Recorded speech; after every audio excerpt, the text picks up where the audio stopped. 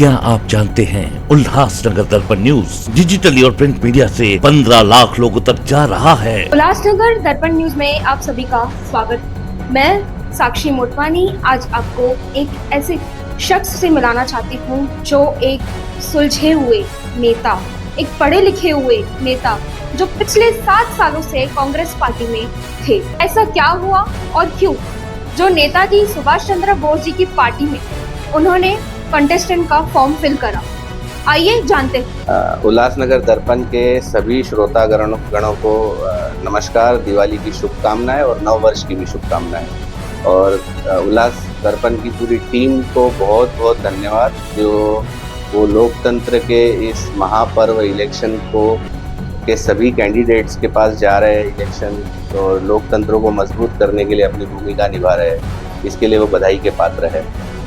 अब आपका जो सवाल है कि 7 साल से मैं कांग्रेस में था और अभी Netaji Subhash Chandra Bose AIFB All India Forward Bloc को ज्वाइन किया, वो एकदम दुरुस्त है। और 7 साल से मैं कांग्रेस में ट्रेनर करके काम कर रहा था और ऐसा जाना हमारा इसके लिए हुआ फॉरवर्ड ब्लॉक के अंदर क्योंकि जो MBA महाविकास आघाड़ी है जिसकी कांग्रेस एक पार्ट है, कैंडिडेट उन्होंने दिया ये बार इलेक्शन में और हम उल्लासनगर की राजनीति में देख रहे हैं कि वही कैंडिडेट्स आ रहे हैं, वही कैंडिडेट्स लड़ रहे हैं और कोई लोगों की समस्या है वहाँ की वहाँ जस की तस है।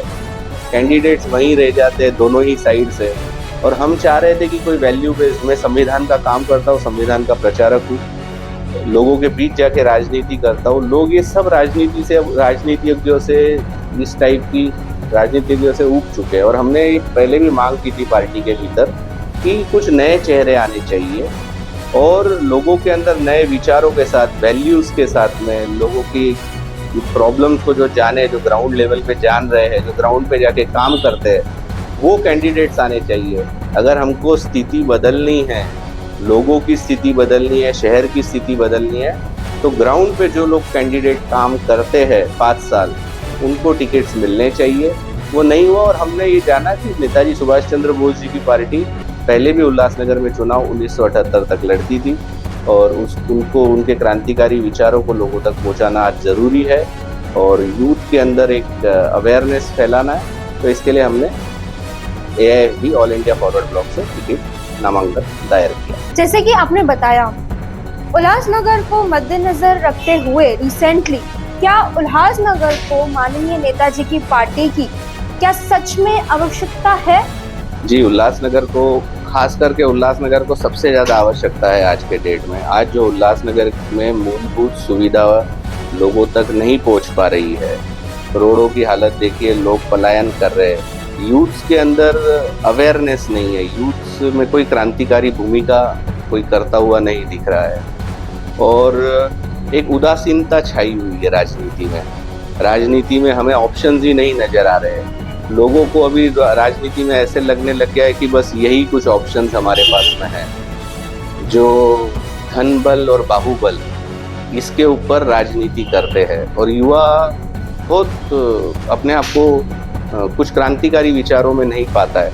तो आज उल्लासनगर को सबसे ज़्यादा ज़रूरत है युवाओं के अंदर अवेयरनेस होना और हमारे जो महान क्रांतिकारी नेता रहे थे, नेताजी सुभाष चंद्र बोस अपने आप में एक इंडिया का इतिहास है और एक आज़ादी की महान नेताओं में रहे हैं और उनके काम करने के तरीके थे वो लोगों तक पहुंचने चाहिए। उनके जो भारत के प्रति विचार थे कि किस तरीके की आज़ादी वो चाहते हैं, वो उन लोगों तक पहुंचना चाहिए। इसके लिए हमने ये पार्टी के थ्रू और ये पार्टी की बहुत ज़्यादा आवश्यकता आज उल्लासनगर में। दबंग नेता एंड धनवान नेता के बीच में आप स्टैंड ले रहे हो, इन सब के बीच में आप दिखाई भी नहीं दोगे, ऐसे सूत्रों का कहना है। इसके ऊपर आप क्या कहना चाहोगे? देखिए, हमारे लोकतंत्र की यही खूबसूरती है कि हर व्यक्ति चुनाव लड़ सकता है और उल्लासनगर की जनता ने पिछले 30-40 सालों से यही दबंग और पूंजीपति नेताओं को राज करते हुए देखा है। हम ज़मीनी स्तर पे काम कर रहे हैं। पिछले 5 साल से 6 साल से मैं ज़मीन पर काम कर रहा हूँ। संविधान का काम करते हैं, हमने बताया, लोगों के साथ में प्रश्नों के ऊपर खड़े रहते हैं। और जनता, अब मैंने पहले भी कहा कि ज़मीन से आया हुआ नेता चाह रही है, वो पैसे को नहीं देख रही है, न उनकी दबंगाई देख रही है। वो ऐसा नेता चाह रही है जिसका कॉलर पकड़कर वो प्रश्नों का हल पूछ सके। आज आप अगर किसी दबंग नेता के पास में या पैसे वाले नेता के पास में वो पहुंच नहीं पाते, उनके प्रश्न ही नहीं पहुंच पाते, तो वो ऐसा नेता चाह रही है कि वो नेता चूज करे कि वो उनका कॉलर पकड़े और अपने प्रश्नों को हल कराए। जैसे कि इनका कहना है कि आप लोगों के लिए ये 24/7 अवेलेबल है, तो मैं इस पे एक और क्वेश्चन पूछना चाहूँगी। मान लीजिए अगर आप ये इलेक्शन जीत जाते हैं, एमएलए इलेक्शन जीत जाते हैं, तो आपका आगे क्या एजेंडा है? देखिए, इलेक्शन जीतना ये आज के लिए बहुत ज़्यादा ज़रूरी है, युवाओं के लिए, यहाँ की आम जनता के लिए।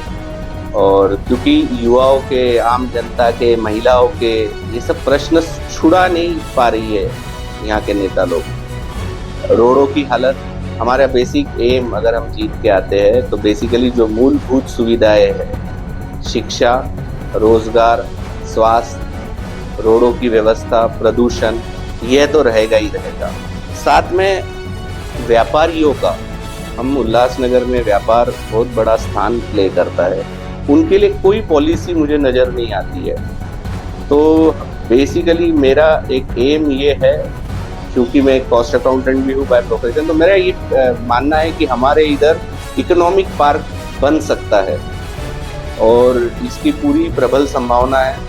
और मेरा, अगर मैं चुन के आया तो इकोनॉमिक पार्क में सबसे ज़्यादा इंडस्ट्रियल या इकोनॉमिकल पार्क में होता है कि टैक्सेशन की सुविधा होती है, गवर्नमेंट के तरफ से टेस्टिंग फैसिलिटीज़ होती है। हमारे इधर टेक्सटाइल पार्क बन सकता है, बहुत बड़ी टेक्सटाइल इंडस्ट्री है हमारे कुछ कैंपों के अंदर, उसको हम लोग कुछ जॉब क्रिएशन कर सकते हैं।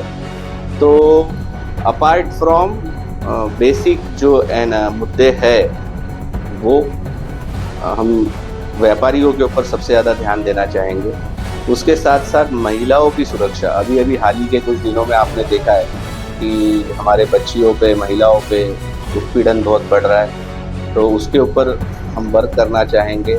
और हमारे इधर क्राइम का रेशियो बढ़ रहा है। क्राइम का रेशियो बढ़ने का कारण है युवाओं में नशे का बढ़ता प्रभाव। तो हमारा सबसे बड़ा काम यही रहेगा कि युवाओं में नशे की लत को कैसे ख़त्म किया, नशे की चीज़ें न पहुँचे, इसके ऊपर हमारे उल्लासनगर शहर में, इसके ऊपर हमारा सबसे ज़्यादा ध्यान है। 1991 से 2024 तक आप उल्लासनगर को देखते हुए आए हैं, तो इसमें क्या चेंजेस हुए हैं और क्या चेंजेस आप लाना चाहते हैं? देखिए, 1991 से अगर आज की परिस्थिति तक हम सोचते हैं तो हमें कंपैरिजन करना चाहिए हमारे अगल बगल के कुछ शहरों के साथ में। आप अंबरनाथ चले जाइए, कल्याण चले जाइए, वो हमसे पिछड़े थे, हम उनसे काफ़ी आगे थे और हमारी दृष्टिकोण भी आगे का था, हमारे बिजनेसेस भी सबसे ज़्यादा थे।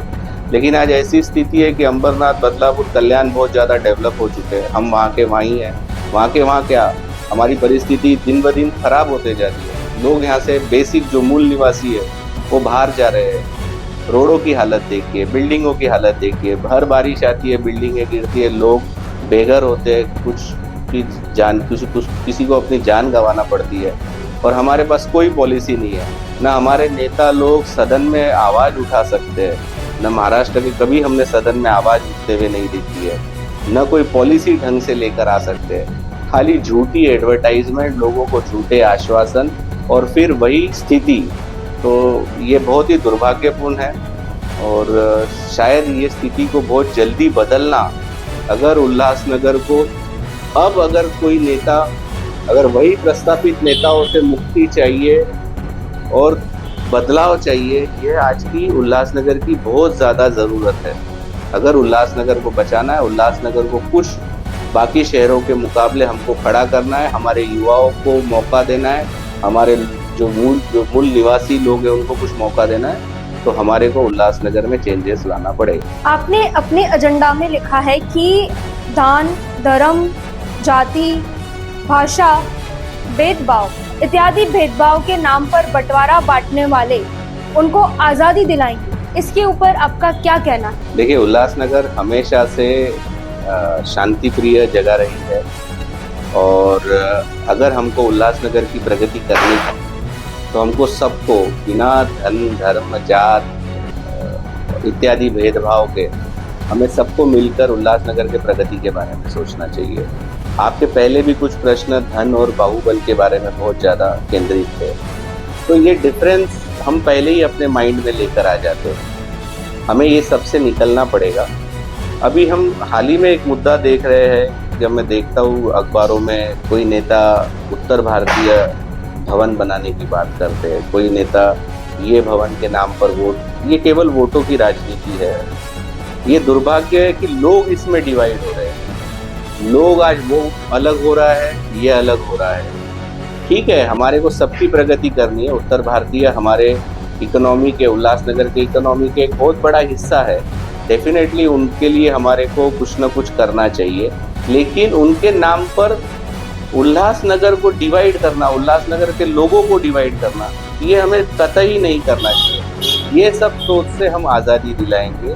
हर उल्लासनगर वासी मिलकर किस तरह काम कर सकता है, चाहे उसमें कोई भी, चाहे कोई ज़्यादा कमाने वाला हो, कम कमाने वाला हो, ज़्यादा पढ़ाई करने वाला किया हुआ व्यक्ति हो, कम पढ़ाई किया व्यक्ति हो, कोई भी धर्म का हो, कोई भी जात का हो, ये सब मिलकर उल्लासनगर की प्रगति का हिस्सा कैसे बन सकते हैं, इसका पूरा प्लान हमारे कुछ माइंड में है और हम उसको लेकर कार्यान्वित करके उल्लासनगर की प्रगति करना चाहते हैं। जैसे कि हमारे उल्लासनगर के फर्स्ट एमएलए परशुराम विद्यार्थी जी थे उर्फ परचाराम, आपकी पार्टी से बिलोंग करते थे। अब आप उनका दामन पकड़कर इलेक्शन लड़ने वाले हो, तो इसके ऊपर आपका क्या कहना है? देखिए, हमारे उल्लासनगर विधानसभा के पहले एमएलए परचाराम विद्यार्थी जी थे, परचो विद्यार्थी जिन्हें हम प्यार से बोलते हैं। और ये चुनाव का फॉर्म भरने के पहले मैं उनके घर गया था। 29 तारीख को मैंने चुनाव का फॉर्म भरा, 28 तारीख को मैंने उनके घर को विजिट करी। उनके अभी पोते हैं और मैंने उनके किस्से उनसे सुने। तो आप आज भी उनके घरों को विजिट करेंगे तो आपको पता पड़ेगा कि पहले के नेता कैसे होते थे। धनबल, बाहुबल जो आप बातें करते हैं, जो हम आज के नेताओं से जो देखते हैं और जो उनकी घर की स्थिति देखेंगे आप, तो आपको समझ में आएगा कि असली नेता क्या होता है। जो ग्राउंड पे काम करते थे, वो खुद एक स्वतंत्रता सेनानी रहे, समाज सेवी रहे, लोगों के बीच काम करते थे और जनता वो समय ऐसे नेताओं को चुनती थी, ऐसे नेताओं के साथ खड़ी रहती थी। तो जनता भी अब वापस से वही क्रांतिकारी विचारों के तरफ आ रही है। जनता भी अब ये ऊब चुकी है, ये सब बड़े बड़े लोगों को देखकर जो बड़ी बड़ी बातें करते हैं और ग्राउंड पे आके कोई काम नहीं करते, उससे जनता अब ऊब चुकी है। और हम परशुराम विद्यार्थी जी के नक्शे कदम पर चलकर, जो कि हमारे ही पार्टी के थे, वैसे ही विदर्भ के एक नेता थे का सिंह, ऐसा करके संबोधित करते थे, जामवंतराव धोटे जी, ये भी एक बहुत बड़े क्रांतिकारी नेता थे। तो ये सब लोगों के बीच काम करते थे और जो सुभाष जी के थॉट्स थे, नेताजी सुभाष चंद्र जी के जो थॉट्स थे, उसके ऊपर काम करते थे। अब वापस से लोगों के अंदर वही भूमिका आ रही है। लोग अब ये लोग ऊब चुके हैं इन नेताओं से और हमारी ये समझ है कि लोग बदलाव चाहते हैं, लोग आगे बढ़ना चाहते हैं। अब ये सब बातों से निकल के लोग अपने घर दार को देखना चाहते हैं, अपना तरक्की देखना चाहते हैं। तो ये था हमारा इंटरव्यू मिस्टर अमर जोशी जी के साथ। इनकी चिन्ह है शेर। अभी आप सबकी बारी, आप किसे मतदान करना चाहते हैं? जल्दी मिलते हैं नेक्स्ट इंटरव्यू के साथ। मैं साक्षी मोटवानी फ्रॉम उल्लासनगर दर्पण न्यूज। धन्यवाद। आपका भी बहुत बहुत धन्यवाद। क्या आप जानते हैं उल्लासनगर दर्पण न्यूज डिजिटली और प्रिंट मीडिया से 15 लाख लोगों तक जा रहा है।